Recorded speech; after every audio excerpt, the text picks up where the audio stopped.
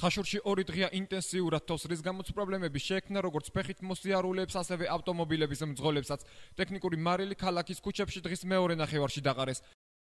ფეხებით სურავს და ხალხი ვერ დადეს ახლა. ზამთარია უნდა მოვითმინოთ ცოტა, მაგრამ ისე თუ მარილი დაიყრებოდა, კარგი იქნებოდა ნამდვილად, აბა რა.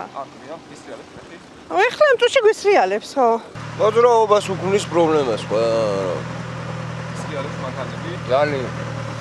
ხაშურის მუნიციპალიტეტის ინფრასტრუქტურის სამსახურის უფროსის თქმით, მობილიზებულია ტექნიკა, რომელიც ქალაქის ქუჩებსა და სოფელში მისასვლელ გზებს წმენს. მოვიდა დიდი თოვლი, აუარებელი ნალექი, წმინდა გზებს გამოსულია 4 ერთეული ტექნიკა რაიონში, ასევე სოფლებში საყვარელს გაშვებული, წმინდება. მარილის დაღრასაც დავიწყეთ ახლა 1.5 საათში, შემოსატანია, შემოგოს პერევალი იყო დაკეტილი, ვერ გადმოვიტანეთ. სინოპტიკოსები მთელი საქართველოს მასშტაბით გამოდარებას რამდენიმე დღეს შეელიან.